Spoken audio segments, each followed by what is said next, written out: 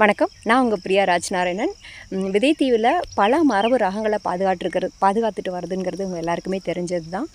இங்கே பார்த்திங்கன்னா ஒரு உணவு காட்டவே உருவாக்கி இயற்கை சூழலில் நிறைய ரகங்கள், முக்கியமாக மரபு ரகங்கள் மட்டும்தாங்க இங்கே உள்ளே இருக்கும். அது தவிர வேறு எதுவுமே உள்ளே இருக்காது. அந்த மாதிரி ரகங்களில் உற்பத்தி செஞ்சு அதில் இருக்கிற காய்கறிகளை உணவுக்காக எடுத்தது போக மிச்சம் இருக்கிறத சுற்றி இருக்கிறவங்க மட்டும்தான் கொடுக்கறது. கொஞ்சம் அளவாக மட்டுமே போய்க்கும். மிச்சம் எல்லாமே விதைகளுக்காக விடப்பட்டு நிறைய பகிர்வுகள்லாம் பண்ணிகிட்டு இருக்கிறது எல்லாருக்கும் தெரிஞ்ச விஷயந்தான்.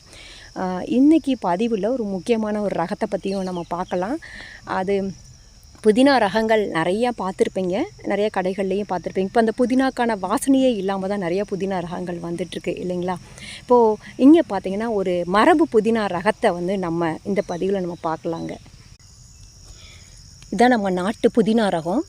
சின்ன ஸ்டெம் கட்டிங்லேயுமே வந்துடும். அந்த ஸ்டெம் கட்டிங் வச்சு தான் நீங்கள் உருவாக்குனது. இதில் பூக்களே வருங்க. பார்த்திங்கன்னா அந்த பூக்கள் பாருங்கள் எப்படி இருக்குன்னு. இந்த நம்மளுடைய நாட்டு புதினானுடைய பூக்கள். மித்த எல்லாத்துலேயுமே இந்த மாதிரி பூக்கள் வராதுங்க. அப்புறம் மற்ற புதினா ரகங்கள்லாம் ரொம்ப இந்த இலைகள் ரொம்ப தடிமமாக இருக்கும். ஆனால் இந்த நாட்டு ரகத்தில் ரொம்ப லேசாக தான் இருக்கும். இப்படி லேசாக அப்படி கையை இப்படி லேசாக தட்டிட்டு முகர்ந்து பார்த்தாலே அவ்வளோ ஒரு வாசனை இருக்கும். இதை பக்கத்தில் கடந்து போனாலே அவ்வளோ வாசனை இருக்கும். சென்ற மாதம் இங்கே 2 நாள் பயிற்சி விதைத்தீவில் நடந்தது. அப்போது எல்லோரும் அட்டன் பண்ணாங்க. நிறைய பேர் அட்டன் பண்ணாங்க. அவங்க எல்லாமே இதை பார்த்தாங்க, முகர்ந்து பார்த்தாங்க. நேரடியாக இங்கே எல்லாத்தையுமே பார்க்கவும் முடிஞ்சது. இதாங்க அந்த ஒரு சின்ன உணவு கடிதம். முக்கியமாக காய்கறி பயிர்களில் இருந்து, கிழங்கு ராகங்களில் இருந்து, கொடி வகைகள்லேருந்து எல்லாமே இங்கே இருக்கும். அங்கே எனக்கு போக மிச்சம் எல்லாமே விதைகளுக்காகவே போயிடும். முக்கியமாக விதைகள் ராகங்கள் இனக்கலப்பாகாமல் எடுக்கிறதுக்கு முக்கியத்துவம் கொடுக்கப்படுது இங்கே. ஸோ இப்போ இந்த ரகம் ரொம்ப ஒரு சிறப்பான ரகம் பாருங்கள். இப்போ இதில் அந்த மாதிரி சைடு சக்கர்ஸ் எல்லாமே போகுங்க.